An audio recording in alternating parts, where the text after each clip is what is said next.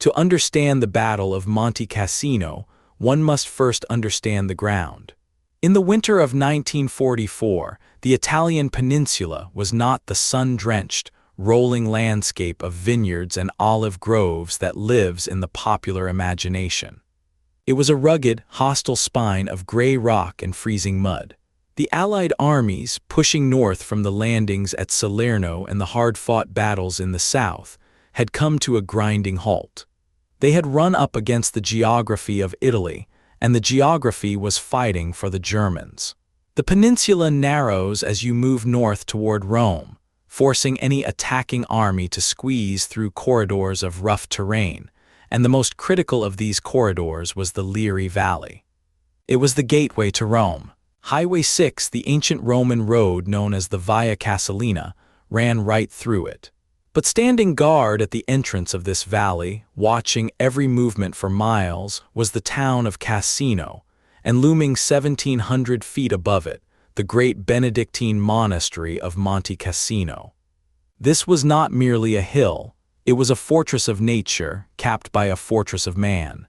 The monastery had sat there for nearly 1,400 years, founded by Saint Benedict himself. It was a massive, quadrangular structure with walls of cream-colored stone, dominating the skyline. To the soldiers of the United States Fifth Army, looking up from the waterlogged valley floor, that building became an obsession. It seemed to stare at them. It felt as though the stone windows were eyes, and behind those eyes were the best artillery spotters in the German army. Whether the Germans were actually inside the holy walls or merely dug into the steep slopes around it was a matter of debate that would have tragic consequences, but the effect was the same. Nothing moved in the valley below without being seen from the mountain above. The German commander in Italy, Field Marshal Albert Kesselring, had utilized this terrain to construct a defensive network known as the Gustav Line. It was a masterpiece of military engineering, stretching across the narrowest part of Italy, from the Tyrrhenian Sea in the west to the Adriatic in the east. But its strongest point, its unyielding hinge, was here at Cassino. The Germans had blasted caves into the rocky slopes. They had reinforced farmhouses with concrete and steel. They had sown the riverbanks with tens of thousands of mines, unseen killers buried in the mud. They had placed twisted tangles of barbed wire in the gullies and positioned their machine gun nests so that they created interlocking fields of fire. A soldier stepping out of cover would not just be shot at, he would be caught in a crossfire from 3 different directions. And then there was the weather. The winter of 1944 was harsh. The rains fell incessantly, turning the valley floor into a quagmire. The Rapido River, which flowed fast and cold in front of the town and the mountain, was swollen with runoff. The trenches filled with icy water. Soldiers suffered from trench foot, their skin turning white and numb, then black and necrotic. The mud was everywhere. It clogged rifle bolts. It sucked the boots off men's feet. It bogged down the tanks and trucks that the Allies relied upon. The superiority in armor and air power that the Allies possessed was nullified by the low clouds that grounded the bombers and the thick sludge that trapped the Shermans. This would not be a war of movement. It would be a war of attrition, reminiscent of the First World War, fought yard by bloody yard. The task of breaking this line fell to General Mark Clark and his Fifth Army. The pressure from high command was immense. Prime Minister Winston Churchill wanted Rome. He wanted the capture of the capital to signal the impending fall of fascism, and he wanted it done quickly to free up troops for the invasion of France, which was scheduled for the summer. To break the deadlock, a plan was hatched. An amphibious landing would take place at Anzio, behind the German lines south of Rome. But for Anzio to succeed, the Germans had to be pinned down at the Gustav Line. They had to be forced to commit their reserves to Cassino so they could not rush them north to crush the beachhead. And so, in the freezing middle of January, the order was given to attack the mountain and the river. The prelude to the tragedy began on the 17th of January. The British 10th Corps, operating on the left flank near the coast, launched an assault across the Garigliano River. It was a bold move, intended to draw German strength away from the center. In the darkness and the cold mist, the British troops paddled across the swift current. They managed to establish a fragile foothold on the far bank, fighting hand-to-hand in the muddy reeds. The German reaction was swift and violent. Panzer Grenadiers counterattacked, but the British held. This success terrified Kesselring. He feared his flank was turning, and he sent his precious reserves. The Hermann Göring Panzer Division and the 29th Panzer Grenadier Division rushing south to plug the gap. In a strategic sense, the British had done their job. They had drawn the enemy in. But this meant the defenses in the center, at Cassino, were now alerted and waiting. The main effort was to be made by the United States 36th Division, men mostly from Texas, who were tasked with crossing the Rapido River right below the Monastery. The Rapido was not a wide river, perhaps only 50 or 60 feet across in places, but it was deep. The current was torrential and the banks were vertical walls of slick mud, 6 feet high. To cross it, the engineers had to build bridges while under fire. The infantry had to paddle flimsy assault boats while under fire.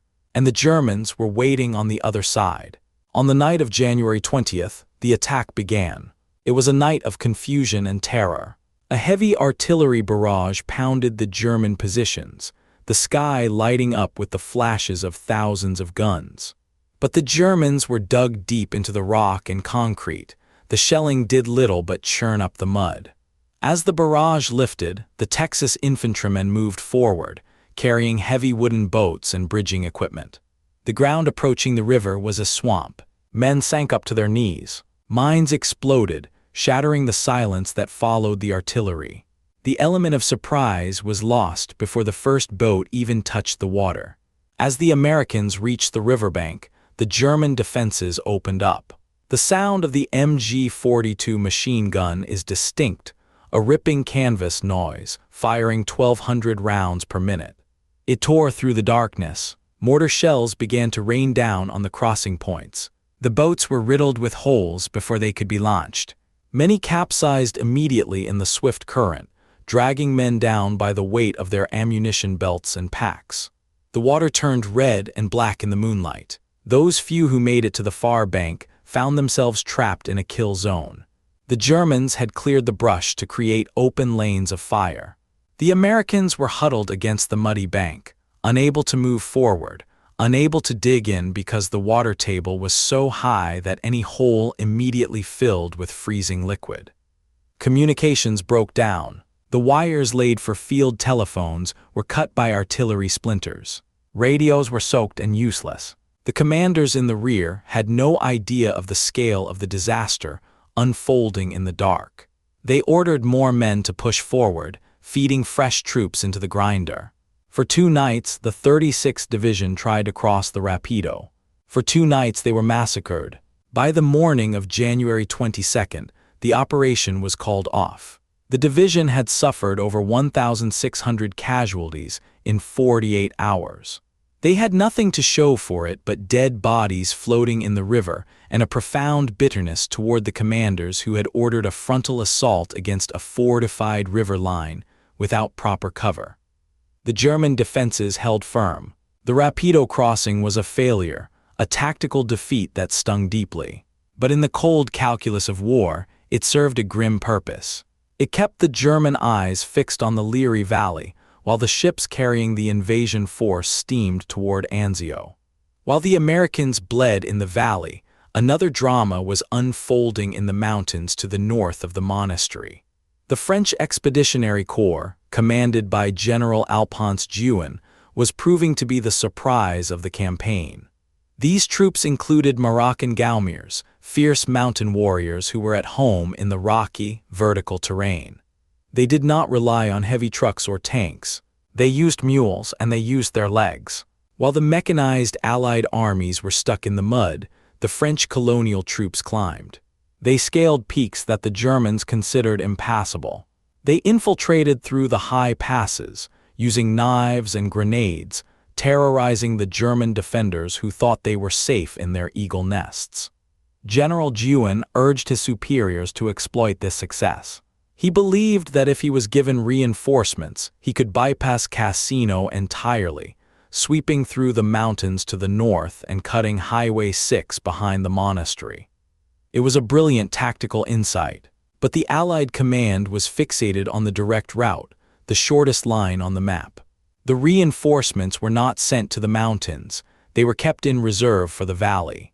The French drive slowed as they ran out of supplies and men, stopped by the sheer exhaustion of fighting in the snow-covered peaks and stiffening German resistance. By the end of January, the first battle for Cassino had ended in a stalemate. The Americans were exhausted and depleted. The British were holding their bridgehead on the coast, but could go no further. The French were halted in the high mountains. And at Anzio, the landing that was supposed to break the deadlock had turned into another siege, with the invasion force hemmed in by a ring of German steel. The eyes of the Allied commanders turned back to the monastery. The conviction grew among the troops that the monastery itself was the key. They saw the flash of binoculars in the windows. They felt the gaze of the observers. Every artillery shell that landed with pinpoint accuracy on an Allied jeep or a chow line seemed to confirm that the monk's home had become a German observation post. Whether this was true or not, the belief became a reality for the men on the ground. The great building, sitting serene and untouched while the valley below churned with death, became a symbol of the enemy's invincibility. Fresh troops were brought in to replace the shattered American divisions. The New Zealand Corps, commanded by General Bernard Freyberg, and the 4th Indian Division, which included the legendary Gurkhas, were moved to the front. These were hardened veterans of the Desert War in North Africa. They were professional, tough, and experienced. But fighting in the desert, with its open spaces and room for maneuver, was a different world from the claustrophobic, vertical warfare of the Apennines. General Freyberg looked at the monastery and saw a military obstacle. He was a man who cared deeply for his soldiers and hated to waste lives. He looked at the casualty reports from the American attacks and concluded that it was suicide to send infantry against that mountain while the fortress remained intact. He demanded that the monastery be bombed. The request went up the chain of command. It was a controversial decision. The Vatican had pleaded for the preservation of the abbey. It was a repository of priceless art, manuscripts, and history. It was a neutral zone, technically, but the logic of war is ruthless. General Clark hesitated, but General Alexander, the overall commander, sided with Freyberg. If the soldiers believed the monastery was killing them, then the monastery had to go. The date was set for February 15th. In the days leading up to the bombing, the atmosphere in the valley changed. The soldiers knew something big was coming. There was a sense of grim anticipation.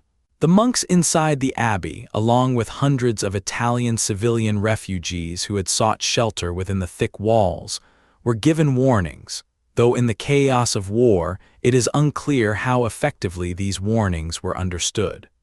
The Germans, ironically, had helped evacuate many of the treasures and the library to Rome weeks before, knowing that the war would eventually engulf the site. On the morning of February 15th, the weather cleared. The sky was a crisp, brilliant blue. The sun shone on the white snow capping the distant peaks. Below, in the valley, thousands of Allied soldiers came out of their foxholes and looked up. They stood on the roofs of ruined farmhouses. They climbed onto the hoods of their trucks. It was like an audience gathering for a spectacle. At 9:30 in the morning, the hum of engines was heard. It started as a low drone and grew into a roar that shook the chest. The first wave of B-17 flying fortresses appeared, gleaming silver in the sunlight. They flew in tight formation, high above the reach of the German flak.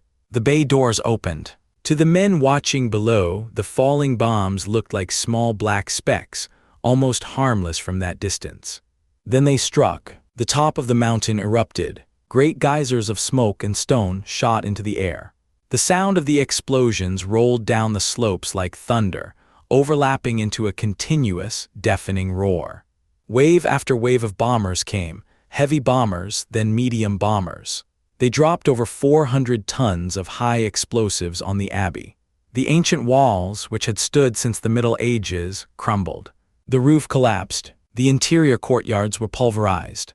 A great cloud of dust and gray smoke rose up, blotting out the sun, turning the bright morning into an artificial twilight. The soldiers on the ground cheered. They waved their helmets. They believed that the beast had been slain, that the evil eye had been blinded. They thought the Germans inside must surely be dead, buried under the avalanche of masonry. But they were wrong. The bombing was a tragic miscalculation. The Germans had not been inside the monastery before the bombing. Field Marshal Kesselring had strictly forbidden his troops from entering the sacred precincts to avoid giving the Allies an excuse to destroy it. They had been dug in around the outside. But once the bombing stopped, the restriction was lifted. The monastery was no longer a religious site. It was a ruin. And a ruin makes a far better fortress than a building. The rubble provided perfect cover for machine gun nests.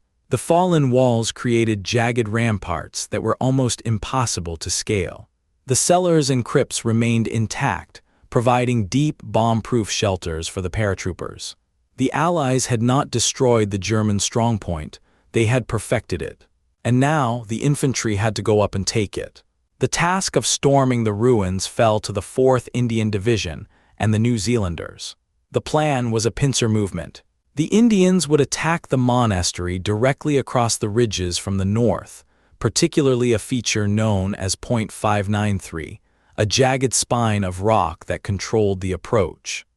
The New Zealanders would attack the town of Cassino below and the railway station, trying to force a way up from the valley floor. The attack was launched the night after the bombing. It was a nightmare. The ground leading to Point 593 was a narrow ridge, barely wide enough for a few men to walk abreast. It was covered in thorny scrub and loose shale. On either side, the ground dropped away into steep ravines. The Royal Sussex Regiment led the way, followed by the Gurkhas and the Rajputs. They were met by the German 1st Parachute Division. These were the Green Devils. They were the elite of the German military, tough, highly motivated, and masters of defensive warfare. They knew every inch of the rock. They had registered their mortars on every approach path.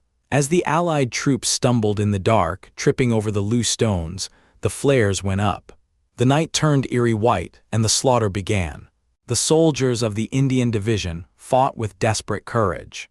They charged into the machine gun fire, throwing grenades, fighting with bayonets and kukris. But they could not dig in. The ground was solid rock. To build a sangar, a protective wall of loose stones, took hours, and to move was to die. They were pinned down on the exposed slopes, tormented by thirst, by the cold, and by the relentless sniper fire.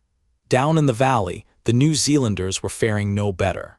To reach the railway station, they had to cross flooded fields that had been sown with mines. The Maori Battalion, fierce warriors from New Zealand, managed to capture the railway station in a ferocious night attack. They dug in, fighting off counterattacks with bayonets. But without armor support, they were vulnerable. The tanks that were supposed to support them got stuck in the mud or were picked off by German anti-tank guns hidden in the ruins of the town. When the sun rose, the Maoris were exposed. German tanks counterattacked, and the New Zealanders were forced to withdraw, leaving their dead behind. By the 18th of February, the second battle for Cassino had also failed. The bombing had achieved nothing but the destruction of a cultural treasure and the hardening of the German defense. The monastery still looked down on the valley, now a jagged, tooth-like silhouette against the sky, more menacing than ever. The smell of death hung heavy in the air, the sweet, sickly scent of unburied bodies decomposing in the wet cold, mixed with the acrid smell of cordite and wet stone. The stalemate deepened. The winter dragged on. The soldiers in the line lived like troglodytes. They lived in caves, in cellars, in holes in the ground. Everything had to be carried in by hand or by mule. The mule trains became the lifeline of the army. Every night, under the cover of darkness, long columns of men and mules would wind their way up the treacherous mountain tracks, carrying ammunition, rations, and water. The paths were slippery with ice and mud. If a mule slipped and fell over the precipice, the load was lost. The men walked in silence, terrified of the sound of a stone clattering which might draw a mortar barrage. The psychological strain was immense. There was no rear area, no safe place. Even miles behind the front, the German artillery could reach you. The Cassino stare became a common sight, the 1,000-yard stare of men who had seen too much and slept too little. The constant noise, the damp, the lice, and the fear of the invisible mines wore men down. But the Allied commanders were not done. They believed that with enough force, the line could be broken. Plans were drawn up for a third battle. This time they would focus on the town of Cassino itself. They would pulverize the town just as they had the monastery. They planned to drop over 1,000 tons of bombs on the small town, an area of only 1 square mile. It would be one of the heaviest concentrations of bombing in the history of warfare. The date was set for March 15th. The code name was Operation Dickens. The idea was simple: obliterate the defenders with air power, then send the tanks and infantry in to mop up what was left. The New Zealanders would again lead the assault. On the morning of March 15th, the bombers returned. For 4 hours, the sky was filled with aircraft. The town of Cassino disappeared under a shroud of smoke and fire. The ground shook so violently that soldiers miles away felt the tremors through their boots. The noise was physically painful. When the bombing stopped, the artillery opened up, firing nearly 200,000 shells into the smoking ruins. It seemed impossible that anyone could have survived. The town had been reduced to a lunar landscape. There were no streets left, no houses, just craters and piles of rubble 20 feet high. The New Zealanders moved forward, expecting to find only corpses. But the German paratroopers were still there. They had ridden out the storm in deep basements and reinforced bunkers. As the New Zealand tanks tried to advance, they found their path blocked, not by enemy fire, but by the destruction itself. The craters were so deep that tanks could not cross them. The rubble piles were impassable. The very violence of the bombing had destroyed the roads the attackers needed. And from the ruins, the Green Devils emerged. They set up their machine guns in the craters. They hid in the cellars. The battle for the town of Cassino became a savage, close-quarters brawl. It was fought room by room, ruin by ruin.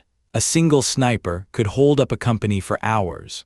The tanks, trapped in the narrow, debris-choked alleys, were easy prey for German infantry armed with Panzerfausts, handheld anti-tank weapons.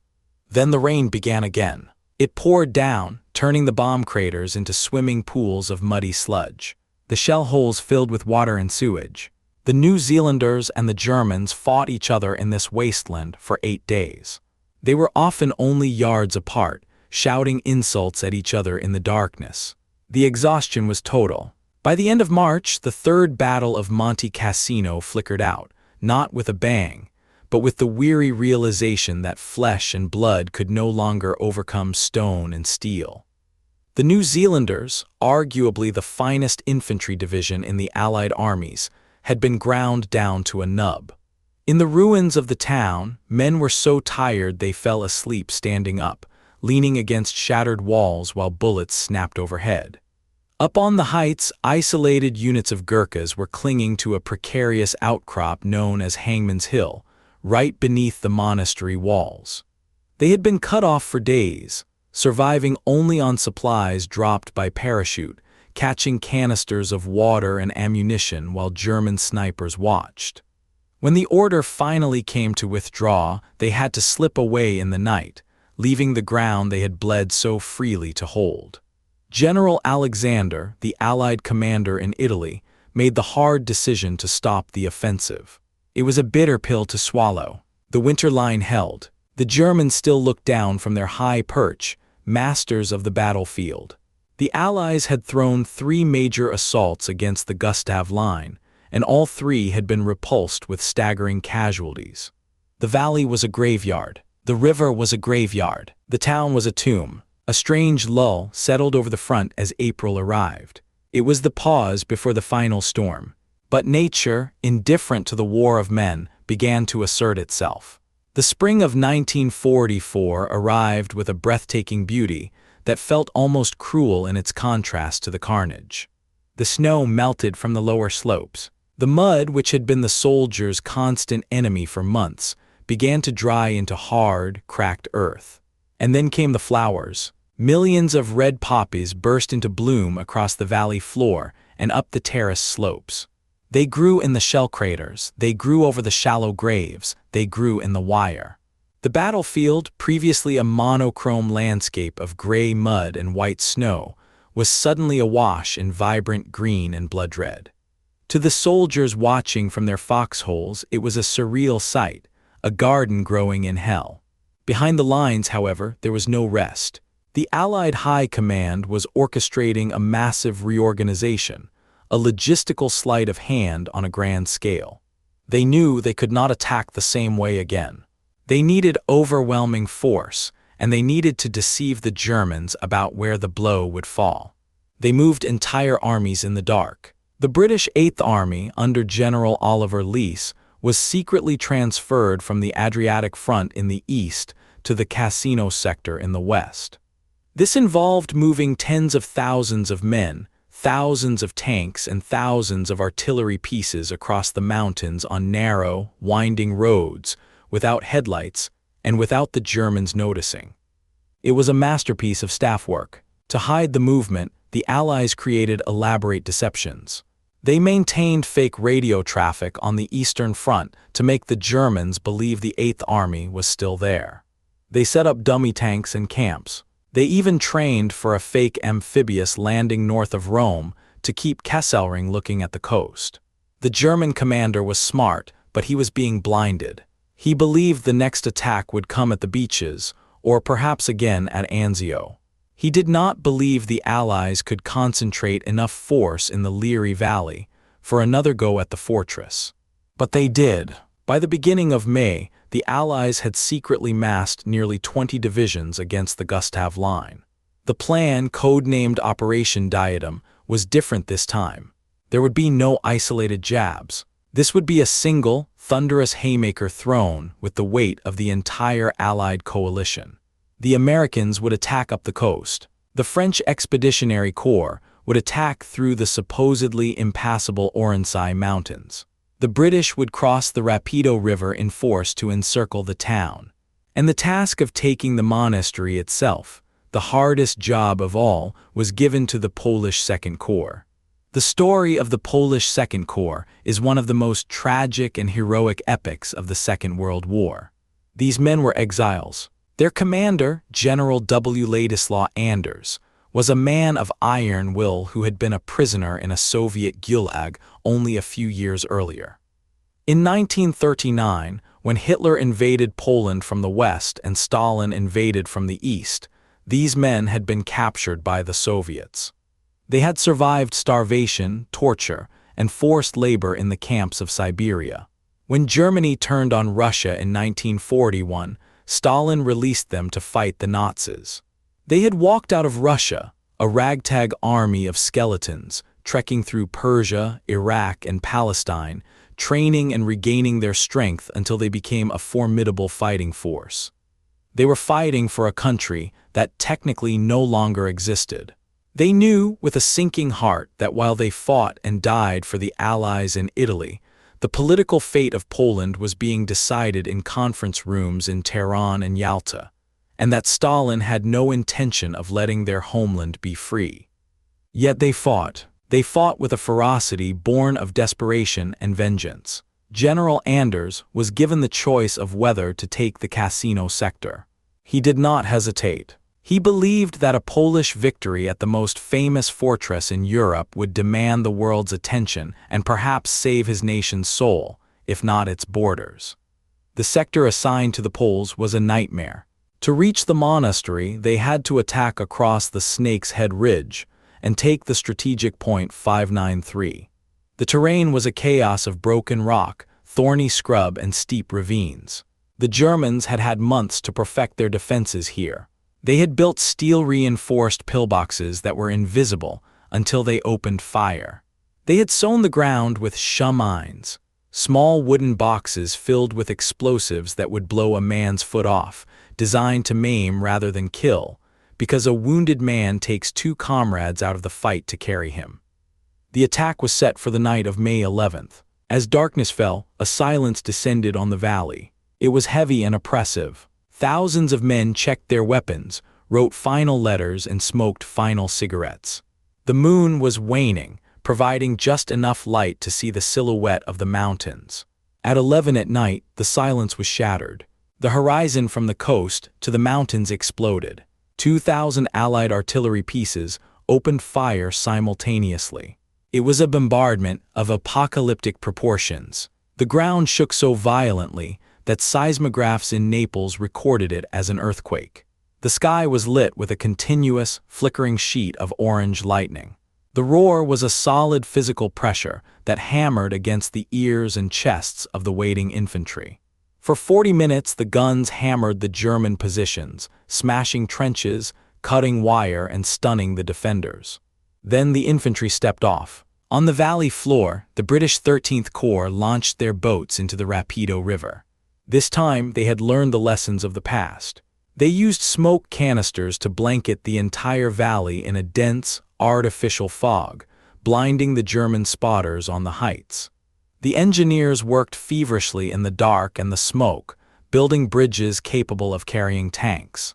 The German fire was still intense, sweeping the river blindly, but the British pushed through. By dawn, they had a bridgehead. The tanks were crossing. The stranglehold of the Rapido was finally broken. To the south, in the mountains, the French Expeditionary Corps unleashed the Gaumiers. These North African troops, carrying long knives and moving like ghosts, did exactly what General Juin had promised. They did not attack the German strongpoints, they flowed around them. They climbed cliffs that the Germans had left unguarded because they were deemed impossible.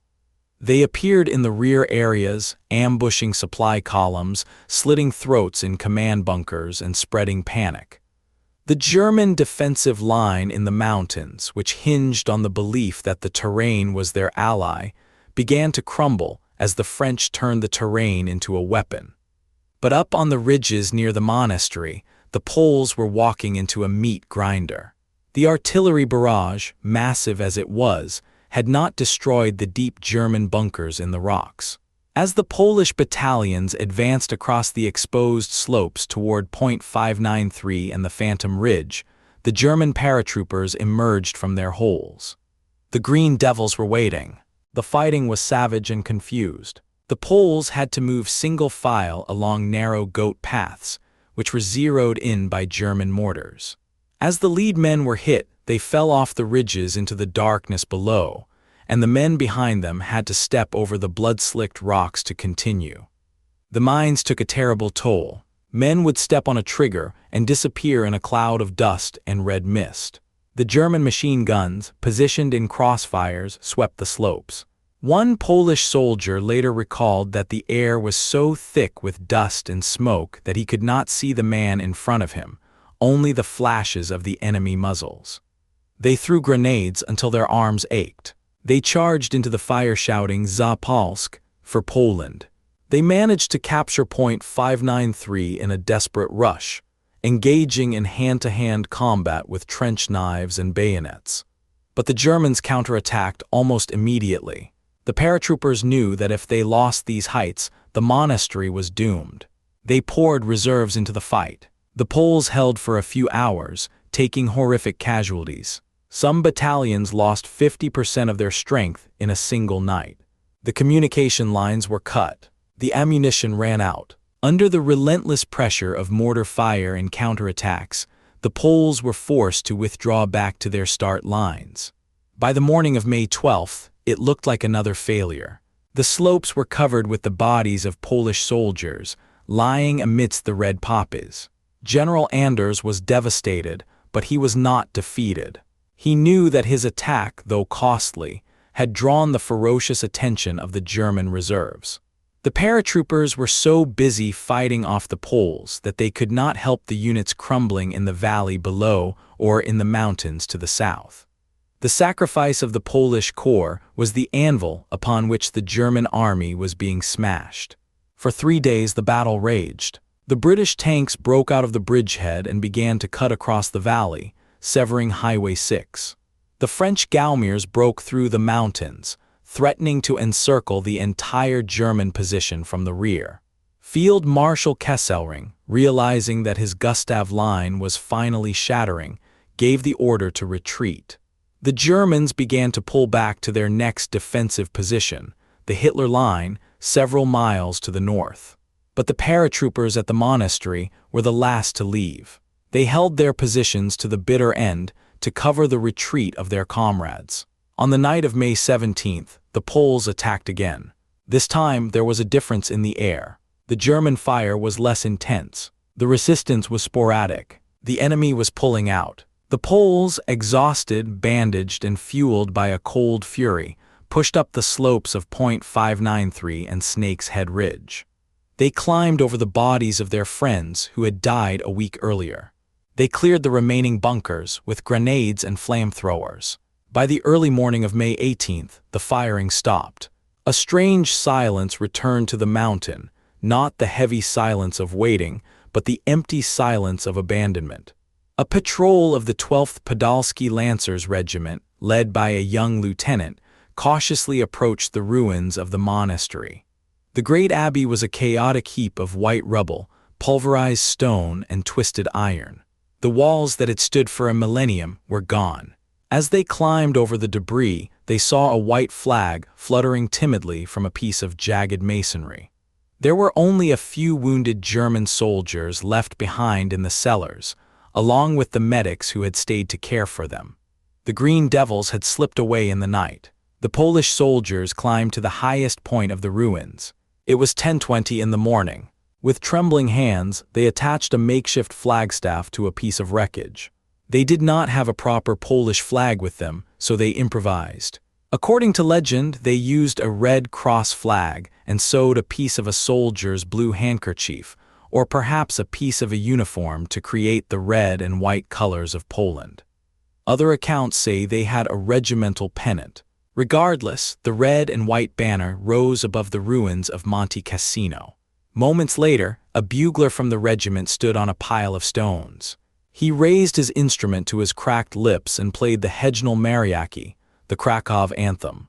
It is a haunting melody, usually played from the church tower in Krakow, which breaks off abruptly in mid-note to commemorate a trumpeter shot in the throat by a Tartar arrow in the Middle Ages.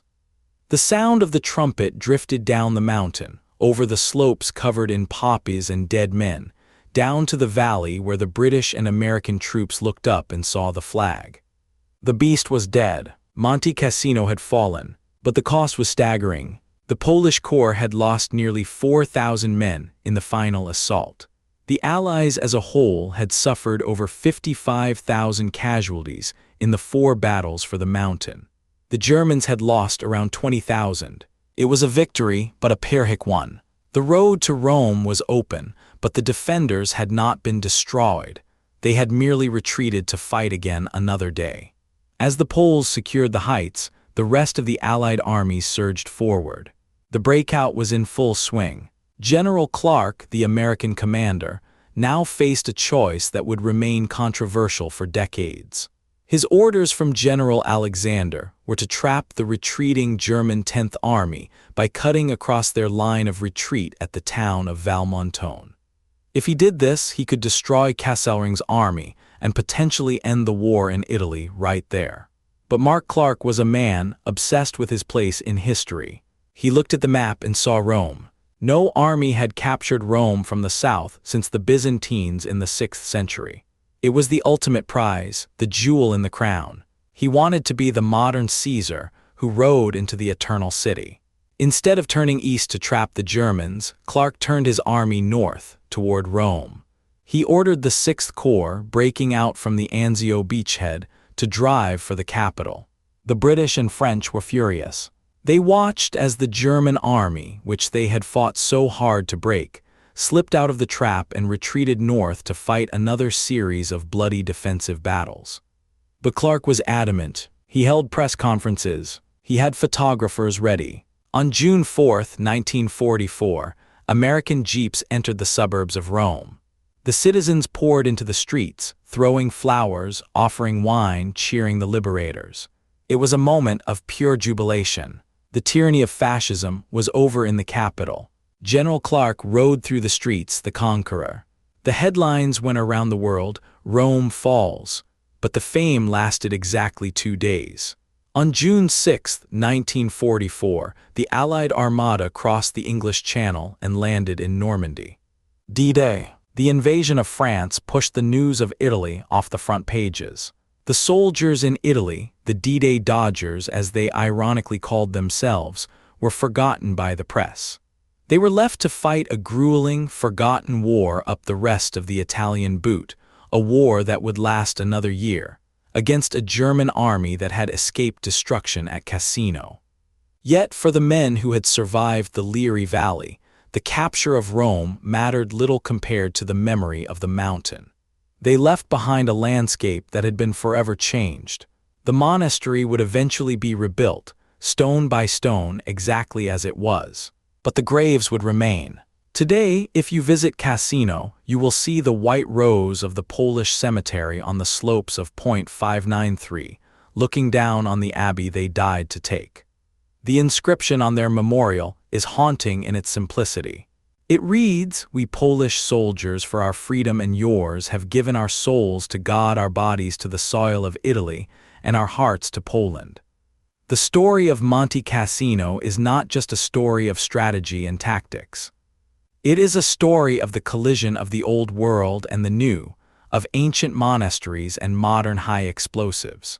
It is a story of a multinational army, Americans, British, Indians, New Zealanders, French, Poles, Italians, Canadians, South Africans, all thrown against a single mountain. But the war in Italy did not stop at Rome. The soft underbelly of Europe, as Churchill had called it, proved to be a tough old gut. The mountains continued north, ridge after ridge, river after river. As the summer of 1944 heated up, the Allied armies moved north toward the Arno River and the Gothic Line.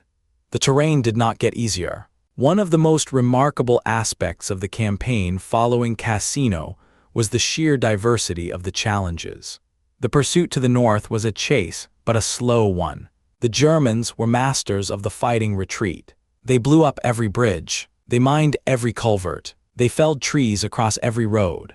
The Allied engineers became as important as the infantry. They built Bailey bridges by the hundred. They bulldozed paths through rubble. The relationship between the soldiers and the Italian civilians also deepened during this time. The Italians had suffered terribly. Their homes were destroyed, their food stolen by the retreating Germans.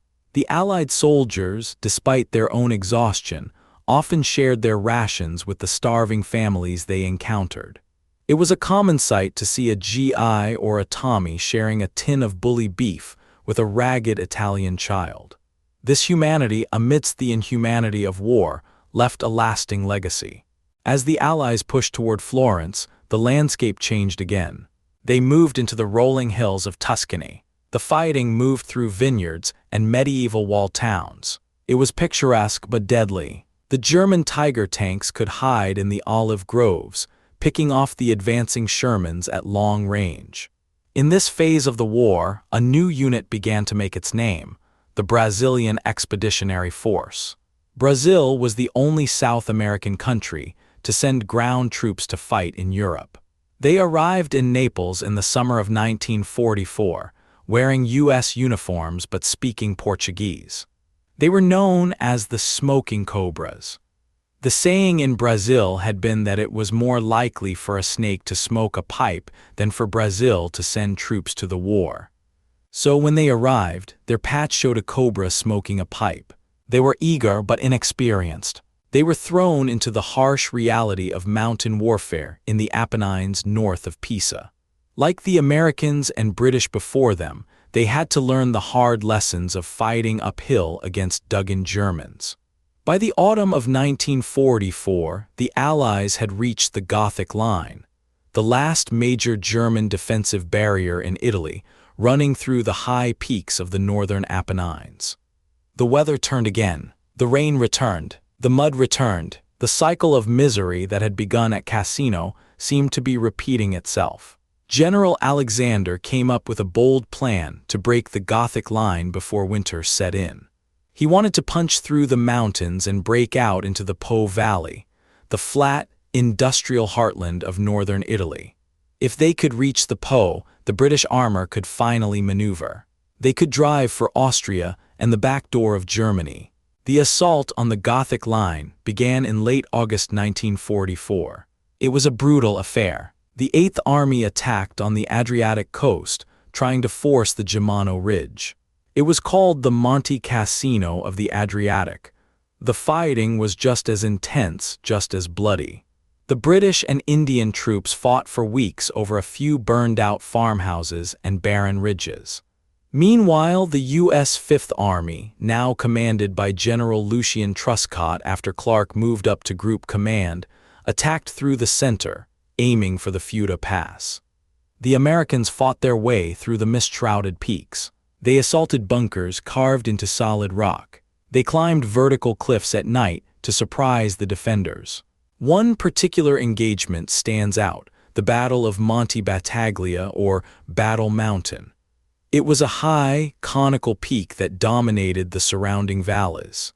American partisans and regular infantry fought side by side to take it. Once they had it, the Germans rained artillery on the summit for days. The Americans held on, huddled in shallow holes, cut off from supplies, repelling wave after wave of German counterattacks in the driving rain. It was a microcosm of the entire Italian campaign, fighting for a nameless peak in the middle of nowhere, simply because it was the high ground. By October, the Allies had technically breached the Gothic line. They could look down from the last ridges and see the Po Valley spread out below them, tantalizingly close. But they were exhausted. The supply lines were stretched to the breaking point, and the winter had arrived early. The snow began to fall, blocking the passes. The offensive stalled just miles short of the breakthrough. The winter of 1944 to 1945 was another period of misery. The soldiers dug in again. They built winter lines. They shivered in the foxholes. They watched the white landscape and waited for spring. It was a forgotten front. The world was watching the Battle of the Bulge in Belgium or the Russian advance on Berlin. The men in Italy felt like they were fighting a private war. But this time the pause was used effectively. The partisans in northern Italy, emboldened by the Allied advance, began a massive uprising behind German lines. They sabotaged rail lines, attacked convoys, and gathered intelligence. The collaboration between the OSS, the forerunner of the CIA, and the Italian resistance became a key element of the final victory. During that long, frozen winter in the northern Apennines, the war became personal in a way it hadn't been before. The lines were static, sometimes separated by only a few hundred yards of snow-covered no-man's land. Patrols went out every night. These weren't massive assaults. They were deadly games of cat and mouse played by small groups of men wrapped in white sheets for camouflage.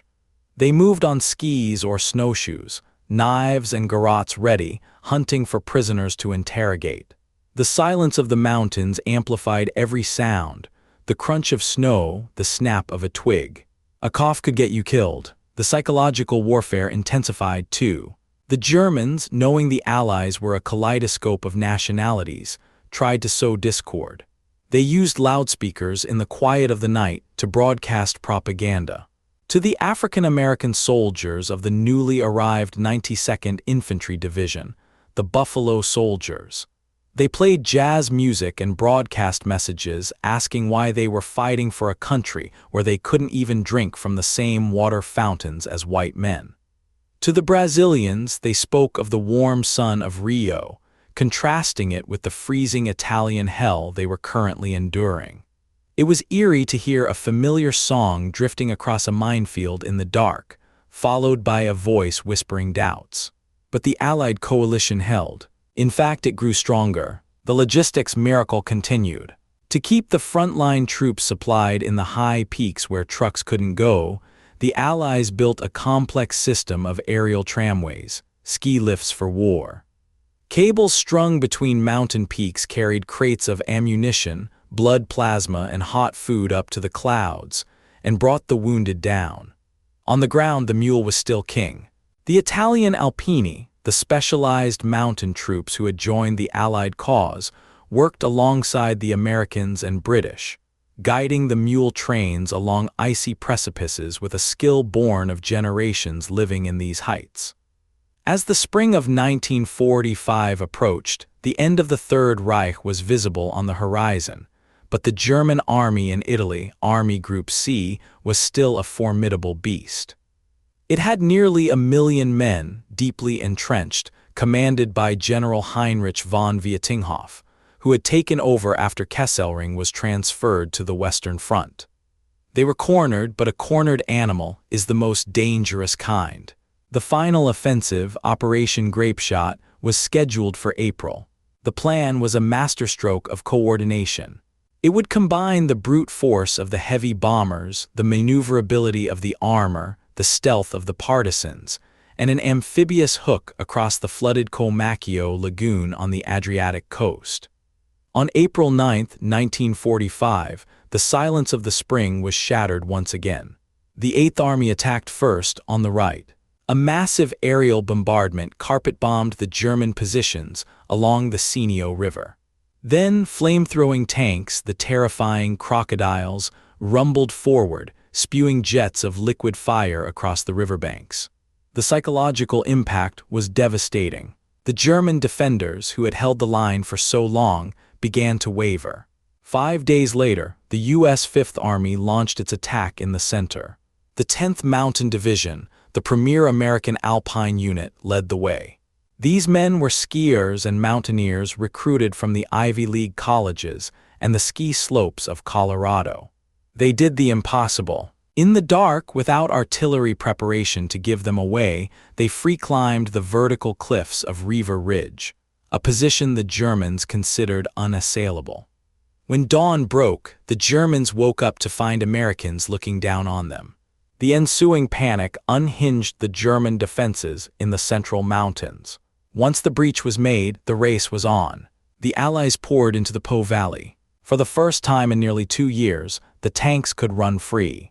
The Shermans and Cromwells roared across the flat farmland, kicking up dust, bypassing strongpoints, cutting off retreat routes.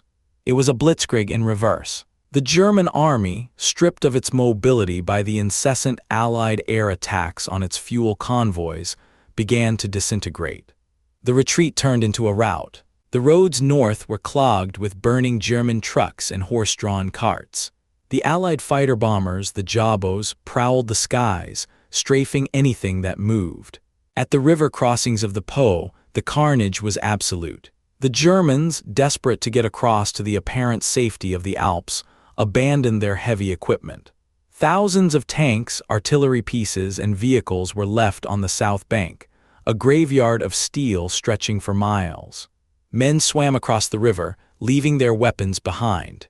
On April 25, the Italian partisans triggered a general uprising in the major cities of the north: Milan, Turin, Genoa. The German garrisons in these cities found themselves fighting not just the approaching Allied armies, but the very people they had occupied. In Milan, the partisan leaders took control of the radio stations and declared the end of the fascist regime. It was in this chaotic collapse that the final, grim chapter of the Italian dictator, Benito Mussolini, was written. Attempting to flee to Switzerland with his mistress, disguised in a German greatcoat, he was recognized by partisans at a checkpoint near Lake Como. On April 28, he was executed. His body was brought back to Milan and dumped in the Piazzale Loreto, where angry crowds vented years of frustration and suffering upon it. It was a brutal, ugly end to the man who had dragged Italy into the war, but it signaled to every Italian soldier that the fight was truly over. On May 2, 1945, nearly a week before the official surrender of Germany, the German forces in Italy surrendered. It was the first major capitulation of the Nazi armed forces in Europe. Nearly 1 million German soldiers laid down their arms. The silence that fell over Italy then was different from the pauses between battles. It was a true silence. The guns were cold. The cost of the Italian campaign had been immense. The Allies suffered over 300,000 casualties. The Germans lost nearly 500,000. The Italian civilians, caught in the crossfire, suffered losses estimated at over 150,000 killed. The land itself was scarred. Ancient towns were reduced to rubble. Bridges that had stood for centuries were gone. But what was achieved? Historians have debated for decades whether the soft underbelly strategy was worth the blood. Critics argue that it was a strategic cul-de-sac, that the troops and resources could have been better used in France. They point to the fact that the Alps were never truly crossed, that the invasion of Germany came from the west and the east, not the south. Yet to dismiss the Italian campaign is to ignore its crucial role in the war of attrition. For 2 years, the Allied armies in Italy tied down over 20 German divisions, elite divisions that were desperately needed on the Russian front or in Normandy. If those 20 divisions had been waiting on Omaha Beach on June 6th, history might have been very different. If they had been available to stem the Soviet tide in the east, the map of post-war Europe might have been redrawn. Furthermore, the airfields captured in southern Italy, specifically around Foggia, allowed the strategic bombers to strike deep into Austria, the Balkans, and southern Germany, destroying the oil refineries and factories that powered the Nazi war machine. But beyond the strategic calculus, there is the human legacy. The Italian campaign forged a unique bond between nations. It was the most multinational front of the war. Poles, Indians, Brazilians, Americans, British, French, Canadians, Greeks, Jews of the Palestine Brigade, and Italians fought side by side. They shared the same mud, the same danger, and the same victories. The soldiers who survived went home to a world that was rapidly moving on. They didn't always get the ticker tape parades that the troops from Normandy received. They carried with them memories of a different kind of war, a war of mountains and mules, of ancient ruins and bitter winters. For the listener standing today in the rebuilt Abbey of Monte Cassino, looking down into the Liri Valley, it is hard to imagine the violence of 1944. The valley is green and peaceful. The town of Cassino is a bustling, modern place. The Rapido River flows quietly between grassy banks. But if you look closely, the scars are still there. You can see the pockmarks of shrapnel on the old stones that were reused in the rebuilding. You can find the overgrown depressions in the earth where foxholes used to be. And you can see the cemeteries. There are thousands of white crosses and headstones arranged in neat rows, silent regiments that will never leave Italy. The Commonwealth Cemetery, the Polish cemetery, the German cemetery, the French, the American. They encircle the mountain like a guard of honor. The Battle of Monte Cassino was a tragedy, a blunder, and a charnel house. But it was also a testament to the endurance of the human spirit. It showed that men could endure the unendurable, that they could climb into the face of death for a cause, or for a comrade, or simply because they were ordered to. As the sun sets over the Apennines, casting long shadows across the valley, the white monastery glows pink and gold on the mountaintop. It stands as a silent witness to history, a monument to peace built upon the wreckage of war. The story of the men who fought there, the Green Devils, the Kiwis, the Texans, the Poles, the Gurkhas, fades slowly into the past, becoming part of the soil, part of the mountain, part of the wind that blows through the cypress trees. The war ended, the armies went home, but the mountain remains. And in the quiet of the evening, if you listen closely, you can almost hear the echo of the past. The rumble of distant thunder, the creak of a mule harness, and the haunting notes of a trumpet playing the Hejnal Mariachi, drifting down from the heights, declaring that the battle is over and the night has come. The silence that followed the surrender was deceptive. The war of men had ended, but the war of the landscape against its inhabitants continued for years. In the weeks and months immediately following the cessation of hostilities, the Liri Valley did not return to being a pastoral idyll. It remained a death trap. The German engineers, masters of the defensive art, had sown the ground with over 100,000 mines. These were not just placed in the obvious military avenues of approach. They were buried in vineyards, hidden under the thresholds of abandoned farmhouses, and concealed in the rubble of family homes. For the Italian refugees returning to what was left of their villages, the peace was almost as deadly as the war. A farmer plowing his field 3 years later could vanish in a cloud of dust and red mist because his plowshare struck a Teller mine laid in 1944. The valley faced another ancient enemy, malaria.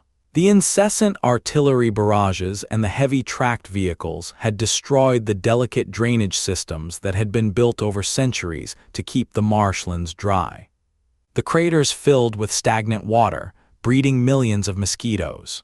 In the summer of 1945, while the rest of Europe celebrated liberation, the people of the Cassino region were decimated by a malaria epidemic that claimed thousands of lives, attacking bodies already weakened by starvation and the trauma of occupation. It was a grim reminder that the scars of modern warfare are etched not just into the stone, but into the ecology itself. Amidst this devastation, the resurrection of the monastery became a symbol of national and spiritual recovery. The decision to rebuild Monte Cassino was not a simple one. There were modernists who argued that the ruins should be left as they were, a permanent monument to the barbarity of war, similar to the Coventry Cathedral in England. But the Benedictine order and the Italian government chose a different path. They adopted the motto, "Where it was as it was." They would not build a new church, they would resurrect the old one. The task was monumental. It required not just masons and laborers, but archaeologists and art historians.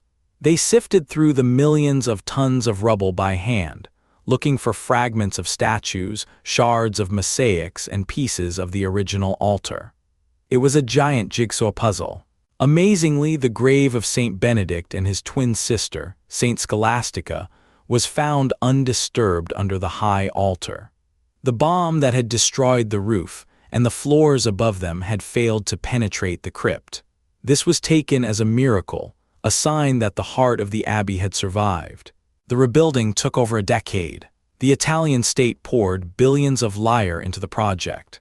When you visit today, the frescoes you see on the ceiling are not the originals. Those were lost to the dust, but faithful recreations painted by modern masters using the old techniques. The library, which had been evacuated by the Germans before the bombing, was returned. The books came back to the shelves. The silence of study replaced the roar of the barrage. When Pope Paul VI consecrated the rebuilt basilica in 1964, he declared it a symbol of peace and unity for Europe.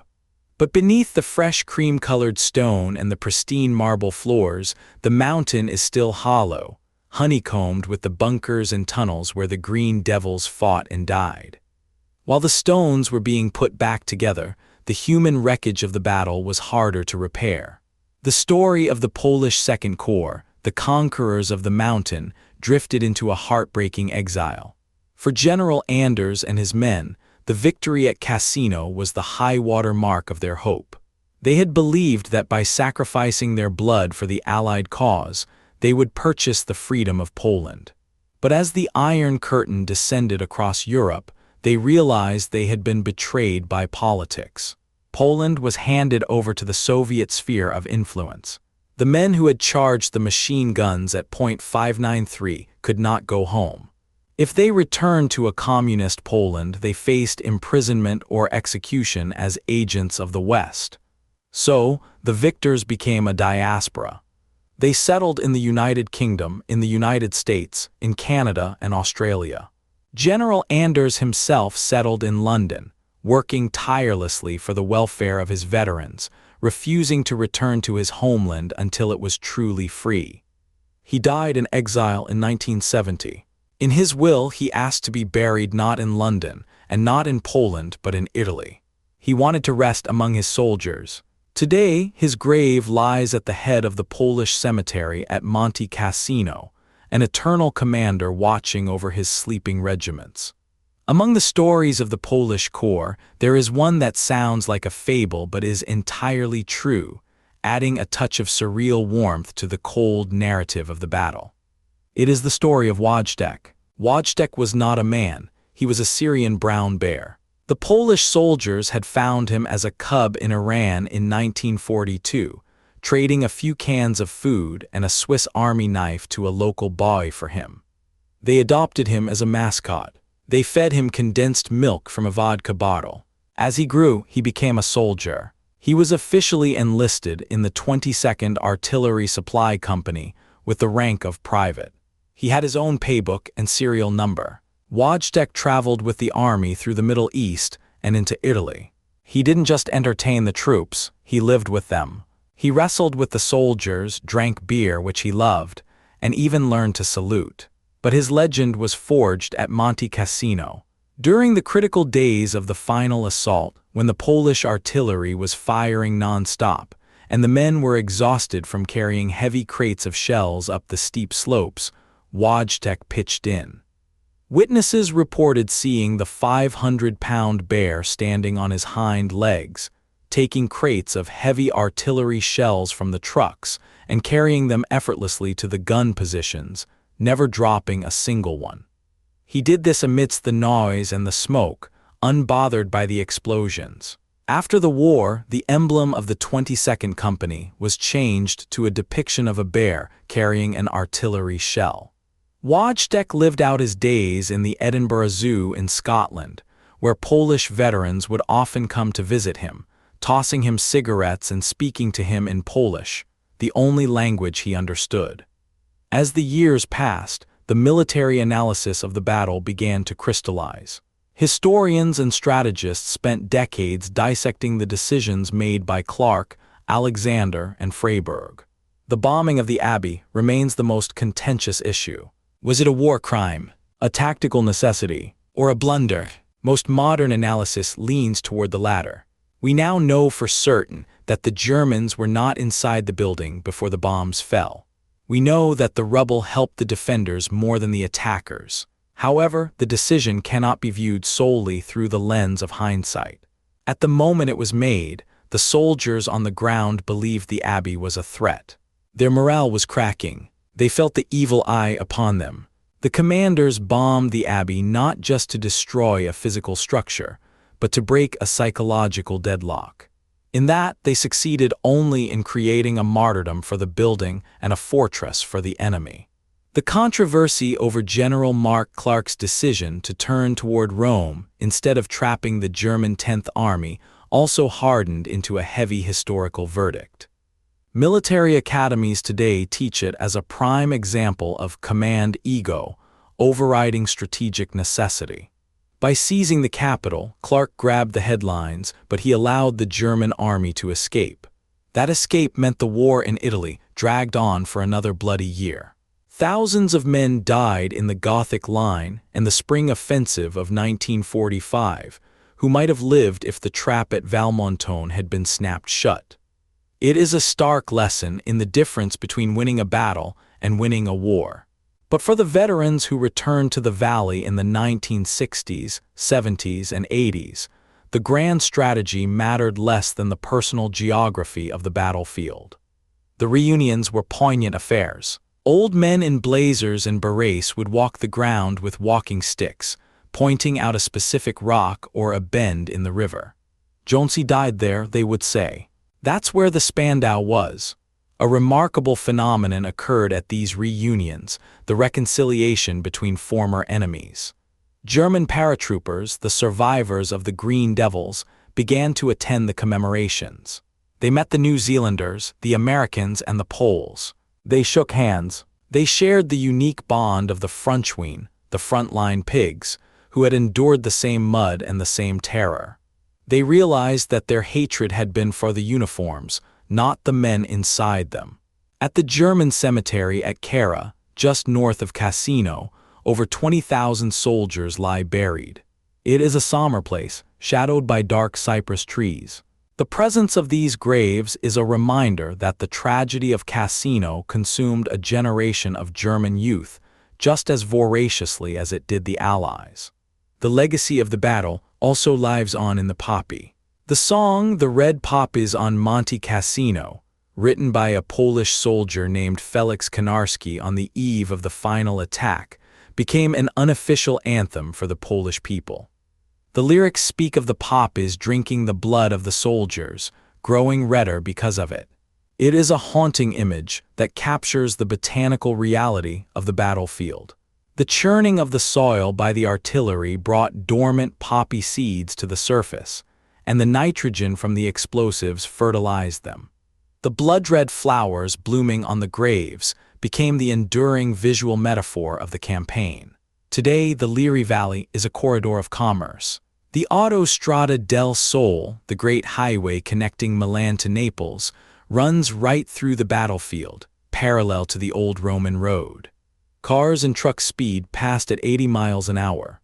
The drivers often glance up at the great white monastery on the hill, perhaps admiring its beauty, but few stop to think of the 4 months in 1944 when that view was the last thing 50,000 men ever saw.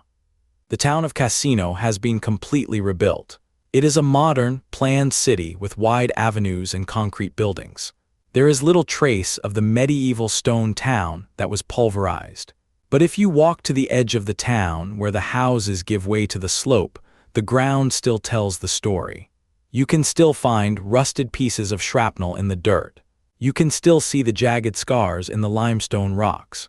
The Battle of Monte Cassino was, in many ways, the ultimate infantry battle of the Western Front.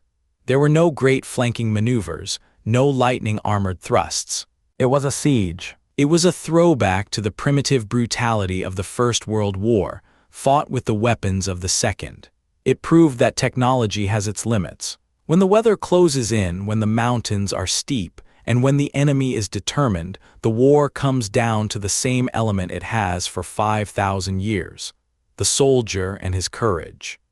It is a story of hubris, the hubris of commanders who thought they could bomb a mountain into submission. It is a story of tragedy, the destruction of a beacon of civilization. But ultimately, it is a story of endurance. It is the story of the mule drivers bringing water up the inferno track in the dark. It is the story of the medics working in candle-lit cellars while the earth shook. It is the story of the multicultural army that came from the 4 corners of the earth to fight for a few square miles of Italian rock. As we conclude this narration, let us leave the final word not to the generals, but to the epitaph carved on the memorial to the Cameron Highlanders in the valley below. It is a variation of the famous Kohima epitaph, and it speaks to the listener across the decades, asking for a simple act of memory. When you go home, tell them of us and say, "For your tomorrow we gave our today." The sun sets behind the massif of Monte Cairo. The shadows lengthen across the Rapido. The bells of the abbey begin to toll for vespers, the sound drifting down through the clear air, ringing out over the silent cemeteries, over the rebuilt town, and over the peaceful valley that once was hell. The story is told, the memory is kept, the history remains.